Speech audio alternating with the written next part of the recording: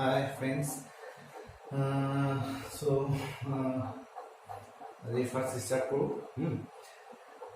First আমি ITI design mechanic যেটো course SCBT হওক বা NCBT হওক তো হেতু টেট থিওৰি টু অলপ স্টাৰ্ট কৰি ভাবিছো আজি টেট থিওৰি তো তোমালোকক এনে জাস্ট ডিজাইন মেকানিকৰ কোৰ্সটো কথা জাস্ট এটা ইনফো এটা দি দিছো তোমালোকৰ এইটো নৰ্মেলি এনে 1 year কোৰ্স হয় 1 year কোৰ্স হয় ঠিক আছে প্ৰথমতে কি আছিল এইটো 2011 মানৰ কথা তেতিয়া আগতে তোমাৰ কি আছিল তেতিয়া এইটো ইয়েৰ হিচাপত মানে ইয়েৰলি হৈছিলে বা লং টাইম কোৱেশ্চন আনসাৰ আহিছিলে কিন্তু আজিকালি কি হৈ গ'ল তোমালোকৰ সেমিষ্টাৰ পেটাৰ্ণ হৈ গ'ল এতিয়া আকৌ ইয়েৰলি হ'বও পাৰে চাগে জানো এতিয়ালৈকেতো সেমিষ্টাৰ পেটাৰ্ণে হৈ আছে ঠিক আছে তো তোমালোকৰ কি হয় দুটা সেমিষ্টাৰ হয় সেমিষ্টাৰ 1 সেমিষ্টাৰ 2 কে ভাগ কৰা আছে সিলেবাছবিলাক So টেট থিওৰি যেটো সাবজেক্ট আছে এটো তোমালোকৰ যেটো ডিজেল মেকানিকৰ টেট থিওৰি আছে টেট থিওৰি তোমাৰ মেইনলি ডিজেল ইঞ্জিনৰ কথা কৰিব লাগিব তোমালোকে তাৰ পিছত তোমালোকৰ আছে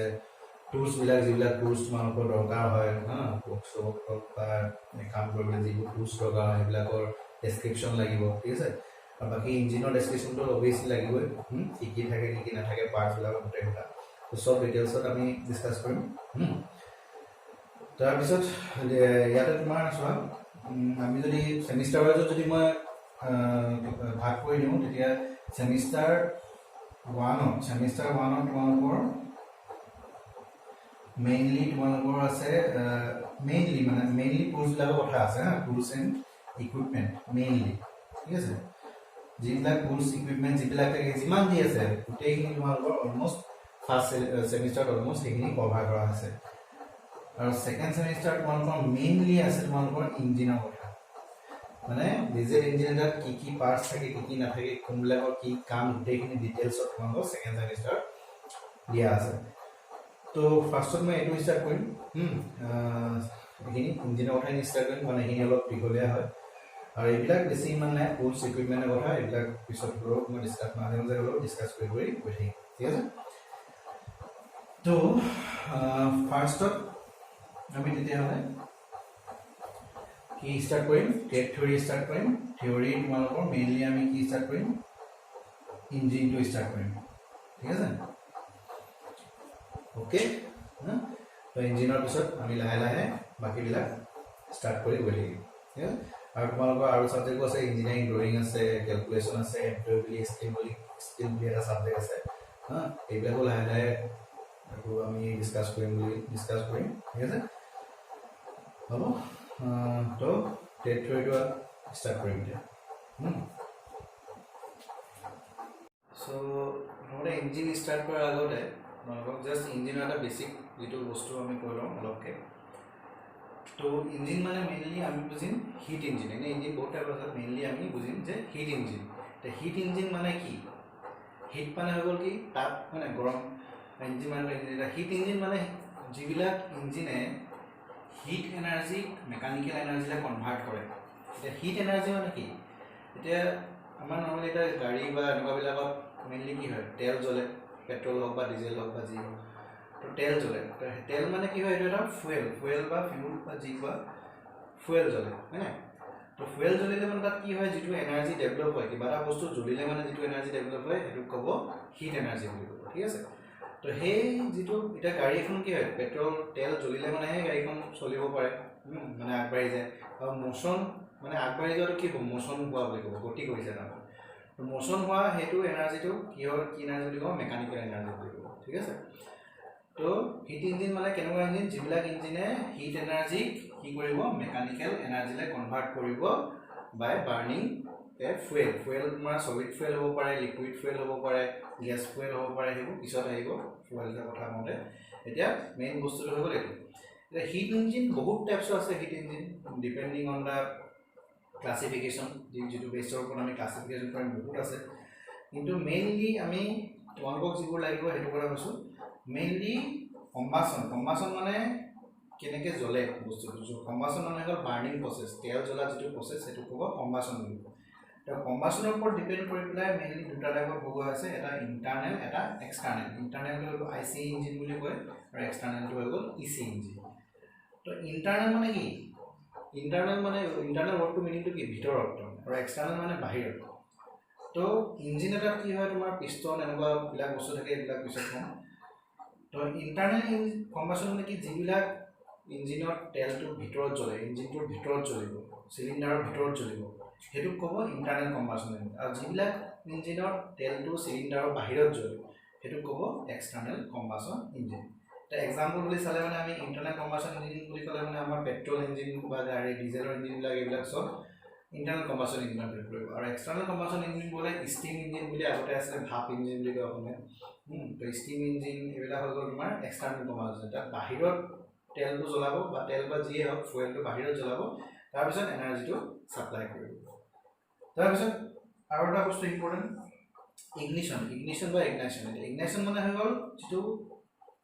ষ্টাৰ্টিং কিহে হয় এতিয়া যে আমি যে চাবি অন কৰিলে স্পাৰ্ক হৈ পেলাই পেট্ৰল ইঞ্জিনৰ স্পাৰ্ক হৈ পেলাই তেলটো জ্বলে সেই প্ৰচেছটো ইগনিশ্যন প্ৰচেছ মানে ষ্টাৰ্টটো বাৰ্ণিঙৰ ষ্টাৰ্টটো কেনেকুৱা হ'ব সেইটো হ'ব ষ্টাৰ্টিং প্ৰচেছটো হৈ গ'ল ইগনিশ্যন প্ৰচেছ মানে কি কেনেকৈ জ্বলিব বস্তুটো সেইটো হৈ গ'ল ইগনিশ্যন প্ৰচেছ তো ইগনিশ্যন প্ৰচেছৰ ওপৰত ডিপেণ্ড কৰি পেলাই দুটা টাইপৰ আছে এটা স্পাৰ্ক ইগনিশ্যন এটা কম্প্ৰেছন ইগনিশ্যন স্পাৰ্ক ইগনিশ্যন মানে এইটো চিম্পলি SI ইঞ্জিন বুলি কয় আৰু CI ইঞ্জিন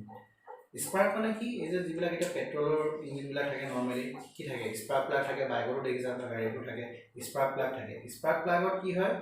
যেতিয়া তুমি ছুইচটো অন কৰা স্পাৰ্ক প্লাগত কি হয় স্পাৰ্ক এটা হয় আৰু সেই স্পাৰ্কৰ কাৰণে কি হয় তেলটো জ্বলি যায় তো সেইটো হৈ গ'ল স্পাৰ্ক ইগনিশ্যন এইবোৰ পিছত ডিটেইলছকৈ আৰু ক'ম স্পাৰ্ক ইগনিশ্যন আৰু কম্প্ৰেছন ইগনিশ্যন মানে কি হয় ডিজেল ইঞ্জিনবিলাকত স্পাৰ্ক প্লাগ নাথাকে তাত কি হয় তোমালোকৰ চিলিণ্ডাৰ যিটো থাকিব চিলিণ্ডাৰত তেলখিনি কম্প্ৰেছ হ'ব চিলিণ্ডাৰ এনেকৈ চিলিণ্ডাৰ থাকিব সেইটো পিছত আৰু ভালকৈ বুজাম চিলিণ্ডাৰত কি হয় তেলটো এনেকৈ পিষ্টন থাকিব পিষ্টন থাকিব পিষ্টনে কি কৰিব ইয়াত যিখিনি সোমাই আহিব চিলিণ্ডাৰ এয়াৰ ফুৱেল মিক্সাৰ সেইটো কি কৰিব ই চেপিব ওপৰত খেলিব চেপা খাব চ' চেপা খোৱাটো সেইটো কম্প্ৰেছ হোৱা বুলি ক'ব মানে ভলিউমটো কমি যাব কম্প্ৰেছ হ'ব তো সেই কম্প্ৰেছৰৰ কাৰণে যিটো টেম্পাৰেচাৰ ডেভেলপ হৈ যায় সেই টেম্পাৰেচাৰৰ কাৰণে ডিজেলখিনি নিজে নিজে জ্বলি যায় তো সেনেকুৱাবিলাকক কয় কম্প্ৰেছন ইগনিশ্যন ইঞ্জিন মানে কম্প্ৰেছনৰ কাৰণে আছে তাত এক্সট্ৰাকৈ আকৌ স্পাৰ্ক দিব নালাগে পেট্ৰল ইঞ্জিন যেনেকৈ স্পাৰ্ক প্লাগ থাকে তেনেকৈ তাত স্পাৰ্ক প্লাগৰ কোনো দৰকাৰ নাই তো সেইবিলাক হৈ গ'ল তোমাৰ কম্প্ৰেছন ইগনিশ্যন ইঞ্জিন আৰু সেইবিলাক এক্সাম্পল হৈ গ'ল ডিজেল ইঞ্জিনবিলাক আমাৰ কম্প্ৰেছন ইগনিশ্যন ইঞ্জিন হয় আৰু পেট্ৰল ইঞ্জিনবিলাক আমাৰ স্পাৰ্ক ইগনিশ্যন ইঞ্জিন হয় ঠিক আছে এইখিনি হ'ল জাষ্ট চিম্পল ষ্টাৰ্টিংখিনি ইঞ্জিনৰ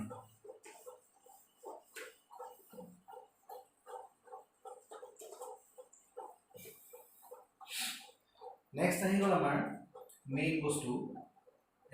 এটা গাড়ী বা এখন গাড়ী ইঞ্জিন এটা কিহৰ ওপৰত কাম কৰে মেইন বস্তু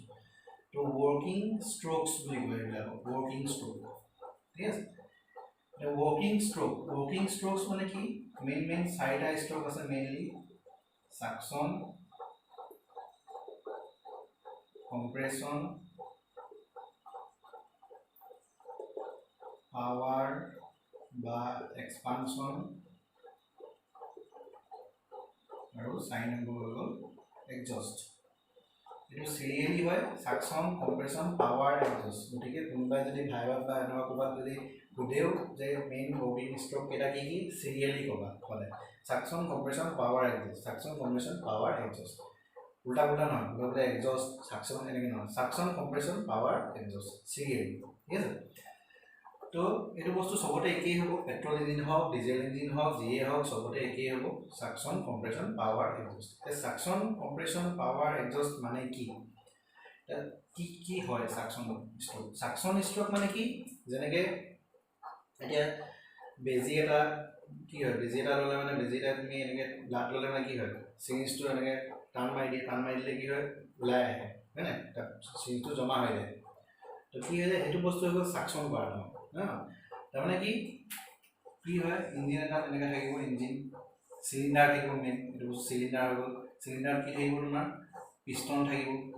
পিষ্টনৰ পৰা এনেকৈ কানেকশ্যন থাকিব কানেক্টিং ৰড থাকিব ইয়াত কানেক্টিং ৰড তাৰপিছত ইয়াতে তোমাৰ ক্ৰেংক শ্বাফ্ট থাকিব এনেকৈ এইটো চিম্পুল ডায়েগ্ৰাম ৰাখিছোঁ মই ক্ৰেংক শ্বাফ্ট এইটো হৈ গ'ল কানেক্টিং ৰড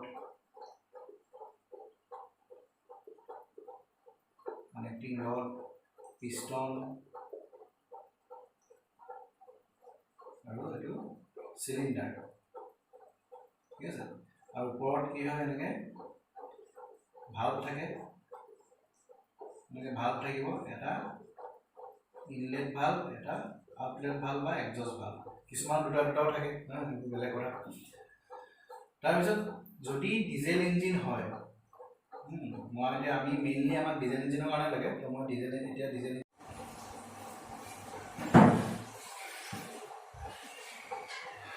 তো inlet valve, outlet valve, exhaust হয়নে, আউটলেট বা এক্সজষ্ট এইবিলাক থাকিব হয়নে। তো যদি ডিজেল ইঞ্জিন হয় আমাৰ ইয়াত কি থাকিব,